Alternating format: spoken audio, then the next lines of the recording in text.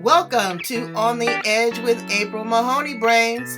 Here, this is the spot where the conversations are pointed, the guests are sharp, and the responses are never dull. Did you bring your thinking caps? Because it's time to put them on. Because the conversation starts now.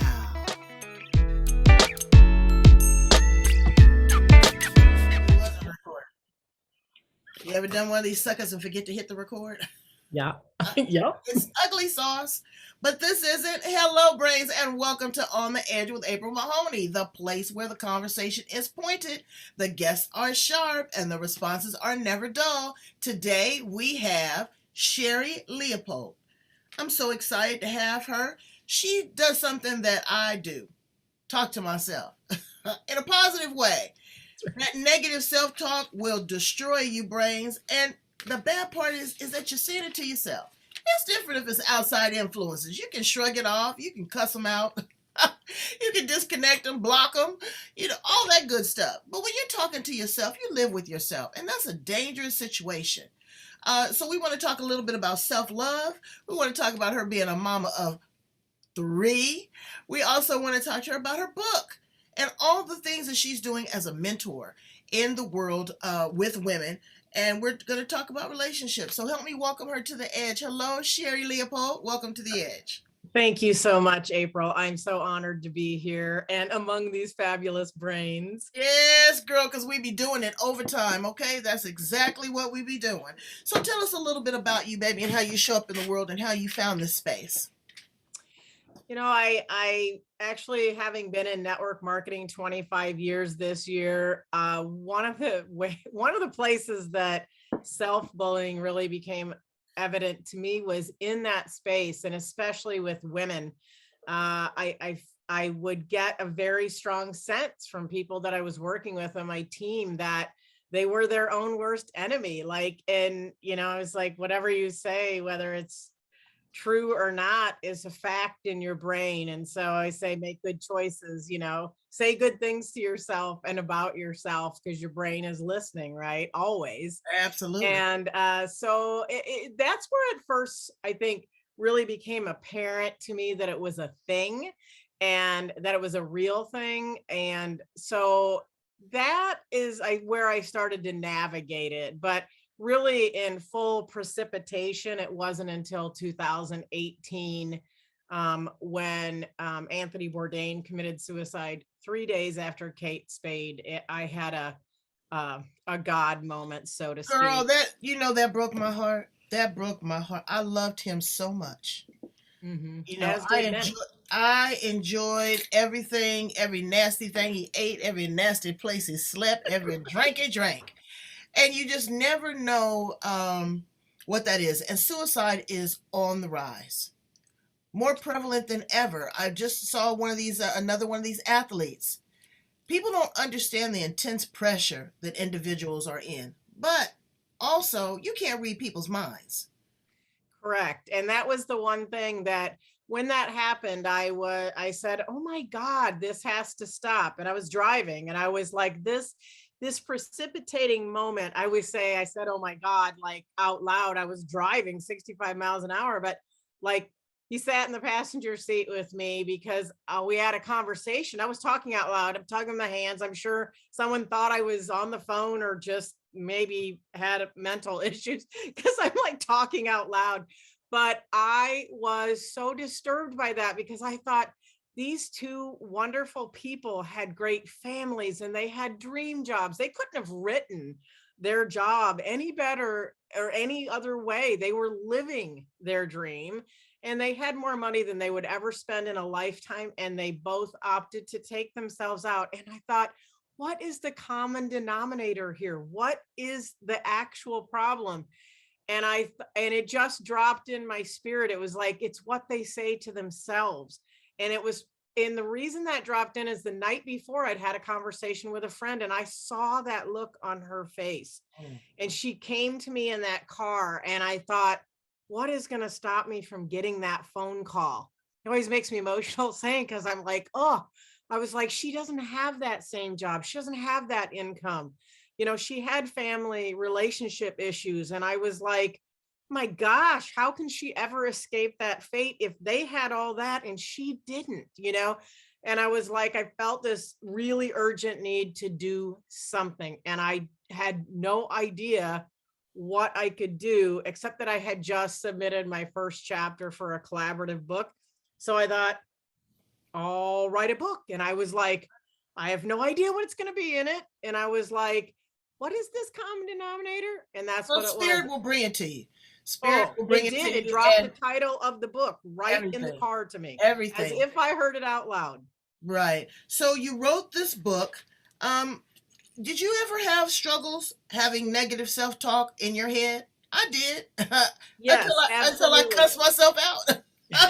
Absolutely. And I think, It's you know, crazy. April, this is one of the things societally and culturally, especially women struggle with this. And this is the way I struggle with it.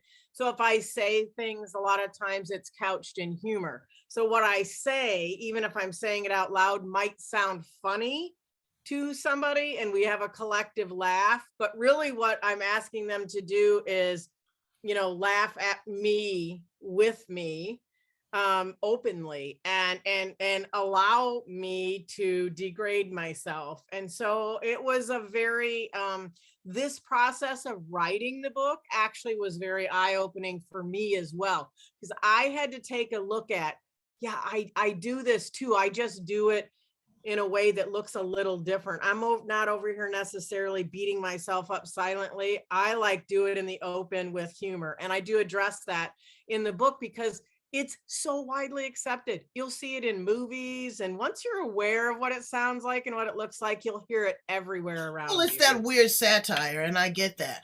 But what did you do to turn it around? Do you have daily affirmations? I know I do. I have a list of things that I say to myself. One of them is that, how can it get any better than this? And what else is possible? I am love. I am powerful. I am strong. And the more that you say that, you will convince yourself that you are those things.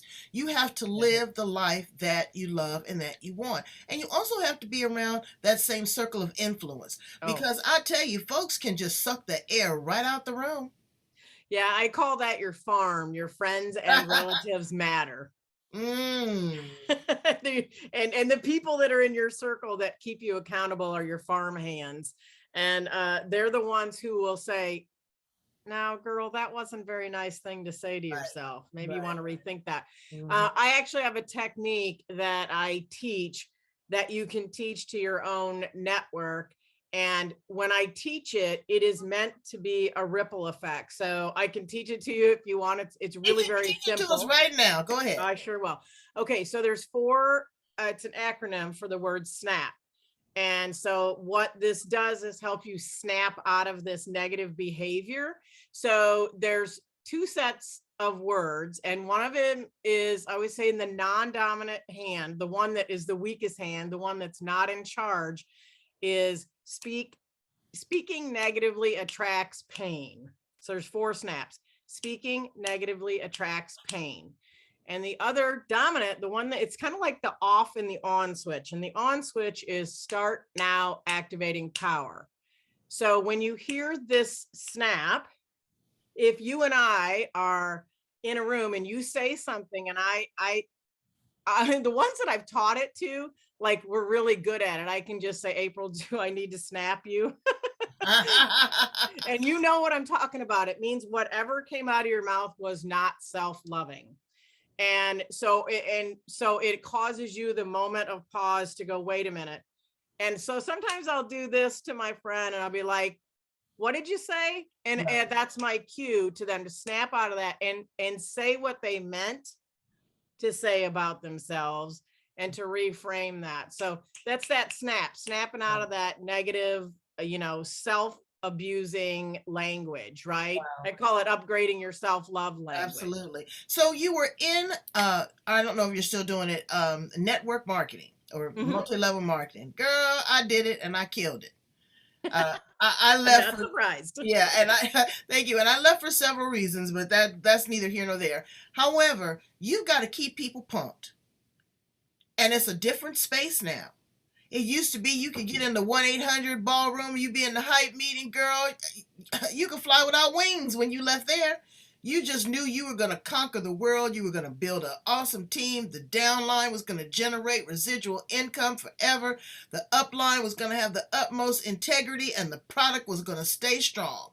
What does it look like now in multi-level marketing? Because it's different. You're not in the ballroom. You've got to motivate your people a different way. You're going to have to snap them because And I they're do, stuck in like, this hole. honestly, that's what I do. I teach that. So I'm like, if I do that, they know that whatever they've said is not going to call to them what they desire. And you asked me, what if I have affirmations and stuff? And, one of the things that I've come to realize that I say to myself all the time is, I walk in the light, I am the light.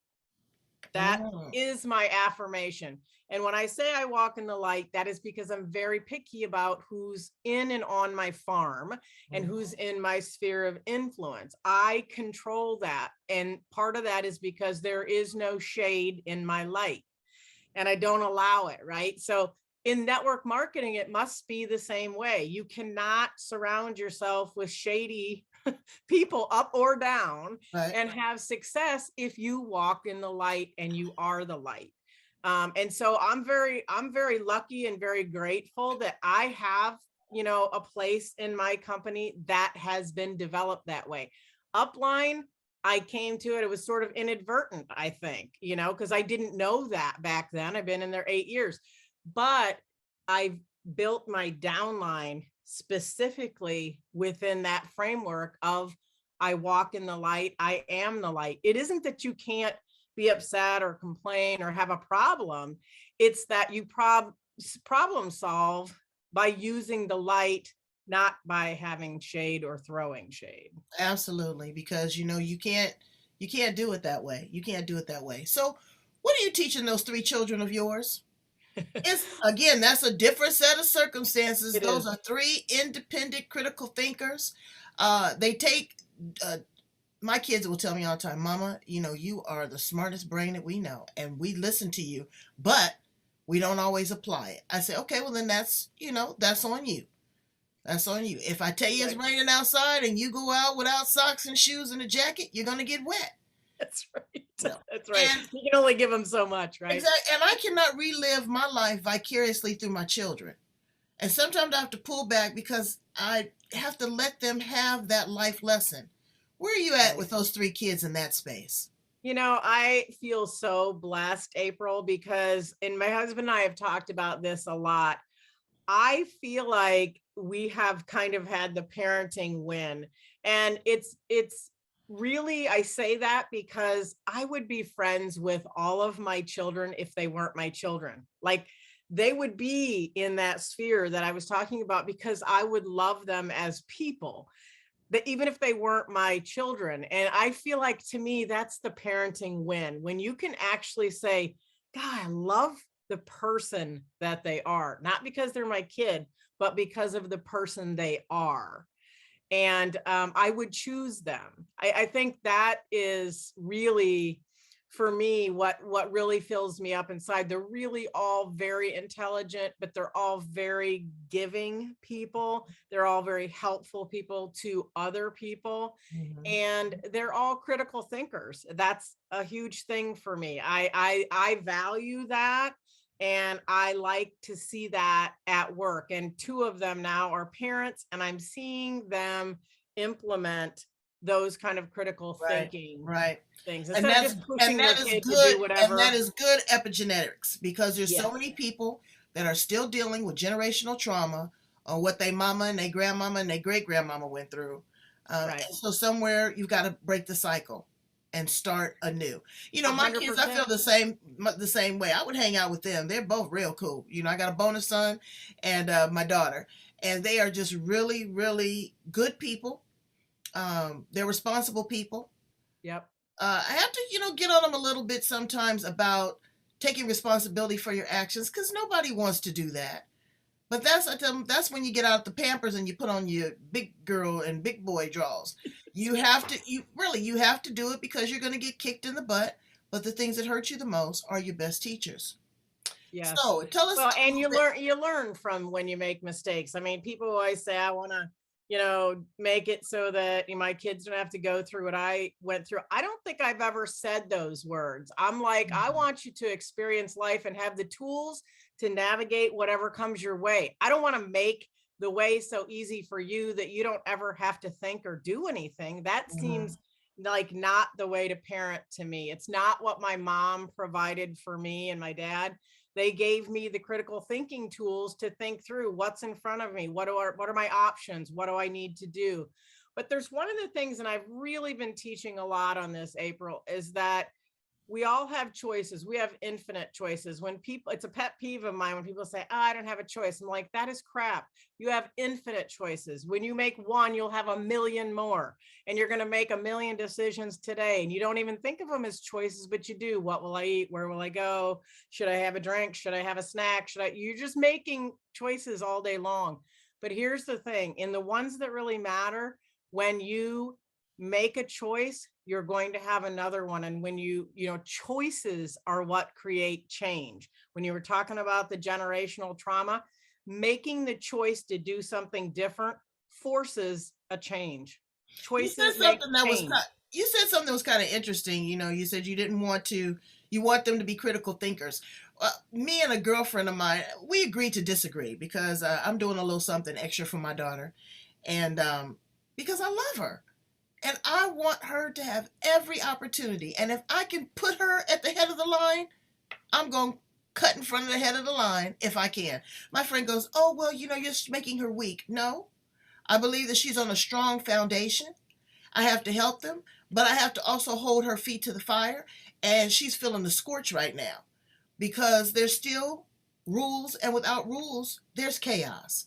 So, Right. I agree with you, for the most part on that.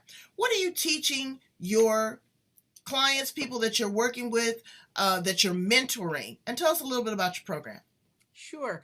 So I do have a few clients that I mentor personally. And, one of the things that we focus on most is who am I and how do I stand up and stand out as the unrepeatable miracle that I am? There isn't a single person in this planet that is like me, and there is not a single one that's like you. You have a unique DNA out of 8 billion people, as do I. There is any millions and millions of combinations of that egg and sperm that could have come out. You could have come out all different ways, but you came out as you, and there's not another one that's like you. Even identical twins, which I have, my great nieces are identical twins, but the reality is they have different personalities. They're different people. They think differently. Even at 3, you can see they are different. They have different tendencies. We are not like anybody else. That is standing in the power of who you are. That's how you shine. And that's really what I want to teach my clients. And is just like, listen, if you can be an expert at being you, you'll be successful. That's just it. Be you. That's the best thing you can do. But it's finding out who you are. Okay? Yes. That's the key right there. And brains, you have to do the deep dive. You've got to do self actualization. Yep. You've got to feel the fear, yet do it anyway. You've got to be a risk taker. You got to be able to, look at something and say, well, I didn't do it great that time. Let me try it again. Let me try it again. Let me try it again. Or the heck with it and just toss it out altogether. But it's Yeah, maybe about it's making not a for decision. you. Maybe it's not for you. Show us a copy of that wonderful book. Sure. Wow. Now Called let me see. Self-Bullying: What to Do When the Bully Is You. And Wow. I'll tell you what self-bullying sounds like, April, is, oh, girl, I'm so fat. I would never walk on the beach in a bikini. See, and they're like, oh, I know, me too. But see, it's like that camaraderie in that degradation. And that's what I was talking about in the culture. We say things all the time, or, oh my gosh, you know what? I can wear the same pair of shoes that I wear from high school. Like, I mean, we hear stuff like that all the time, and it just grates my nerves because I'm like, you're listening to yourself. Your subconscious is putting that in. I'm fat, I'm fat, I'm fat. Keep doing things that make me fat. And I keep using that example because for women, it's almost always something that is external. Right. And the reality is that people, that may be what they see first, but they really fall in love with who you are, not what you look like. If you have created the correct farm and the correct network of people around you, they Right. fall in love with you. So they And don't if you have care what you look confidence, like. I was talking to somebody and we were talking about some gentlemen in the entertainment industry because I've worked in entertainment for a long time. And some of them, girl, look like the cats done drug them in. They just as ugly. but, but you look at them and they have a swagger. They have a certain gravitas. They have a certain air of confidence that makes you fall in love with them. You don't care anything about this. Right. Bad teeth, bald head, you know, pot belly. You don't. You're looking at the heart center. You're looking at the Yes. brain. You're listening to the communication. Those are the things that matter. And you can outshine anybody in the room if you have confidence. The only way that you can gain confidence is if you build it for yourself. That's not something you can buy off the shelf. No, and I always say that's, I on my website I have what I call an evaluation kit, and it's actually sort of a an experience that you do that you learn who you are, but it's also got a piece that you actually kind of pull people from your network to see who they think you are. And it's actually an exercise to see if you who you think you are is how you're showing up to the Core values are key. What are some of your core values? So, I mentioned I walk in the light, I am the light. I work really hard on that space energetically, making sure I feel grounded, that I feel calm in my center and in my mental space so that I can serve people from that lighted area and make sure that it is light I'm casting. That is a huge value for me, is staying in the light and making sure that that's what I'm projecting. I think also being integrity, that is a huge one for me. That's a huge core value for me. I always say if you meet me in the grocery store or you see me right here, you see the same Sherri you will see anywhere. There's absolutely no pretense for me. You might see me without makeup or something, but who I am never changes. Right. I don't care if I'm on a television show or I'm interviewing somebody or being interviewed or in the grocery store, you're going to see the same Sherri. And that is a core value for me, is to be me.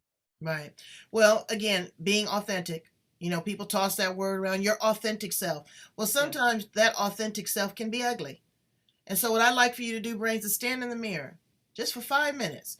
Take a good long look at what you see from your head down to your toes. Turn around, bend over, look at that too. Because all of that is who you are. And you need to love it. I know it's hard sometimes because I look at myself and I was like, where did that come from? You know, you've got different marks and different scars. You don't want to identify with your age. A lot of women don't want to do that. I wouldn't want to be 21 again. No, because it was work being 21. Okay, I'm in my season. I'm about to be 60 years old, and I am just loving life right now. I'm 100%. unapologetically me. I can have fun. I can laugh. I can pretty much say what I want to. I can use my AARP card. Okay, life is good right now. Thank you so much, Sherri, for being here with me. You have been a wealth of information. And I'm going to work on that even more now because you've encouraged me to be the light, to shine, to radiate. Tell my brains how to get in contact with you, any current offerings or promotions that you have right now that you can share with my audience. Sure thing. Thank you so much, April, for the opportunity. And you can follow most of what I'm doing on sherrileopold.com. One of the things that I'm working on right now is I am currently at work on a book called Fabulous After 50, where I am shining a light on people's stories that are just crushing it. They are living in their purpose and they are happier than they've ever been. And they've done it all since they turned 50. So it's a powerful set of stories. So I still have space for authors for that. If people want to join me, it's a collaborative book. And I'm just so passionate about allowing people to share their story. And I do interviews all the time. I have a couple different digital television shows, Outside the Box with Sherri and Mindset Makeover. Perhaps maybe you'll be a guest. And I Absolutely. So just, I would love to come and give my perspective on something because I've got an opinion damn near about everything. well, I'm thinking that you will definitely be a I will. co-host on I will. Mindset Well, thank you Makeover. so much. I would love to do that. Thank Brains, you. go in, take a look at it, purchase the book. Okay, it is a great resource. You know, and sometimes people say, well, I don't have time to read a book. But you know what I do? If I don't have time to read the whole book, I open it up and magically what I need seems to be right there. Every time it's an affirmation or it's a chapter or it's a story or a reflection, and keep it there. Just keep it right by your desk. I do it every single day because, you know, there's nothing new under the sun. Nothing new under the Correct. sun. And so we want to And I radiate. do teach the snap technique in the book, so they'll have it in writing how to do it. Okay. So Okay. Yep. snap out of that self-bullying behavior and stand in the light and be the light to yourself. Wow, and make you some money. You know, Yeah. get you a good MLM lead that will just take you to the next level. Well, I can do Brains, that for them. all right. Well, check it out. Brains, thank you so much for following us here on the Edge. I need you to like, love, subscribe, and share. Like, love, subscribe, and share. One more time. Like, love, subscribe, and share. Because that's how we're going to keep it going, keep it flowing. Thank you so much, Sherri, for being here on the Edge with me and my brains. Come on back and let me know what's going on. We got to snap to it. Thank you. Bye, brains. Have a good day.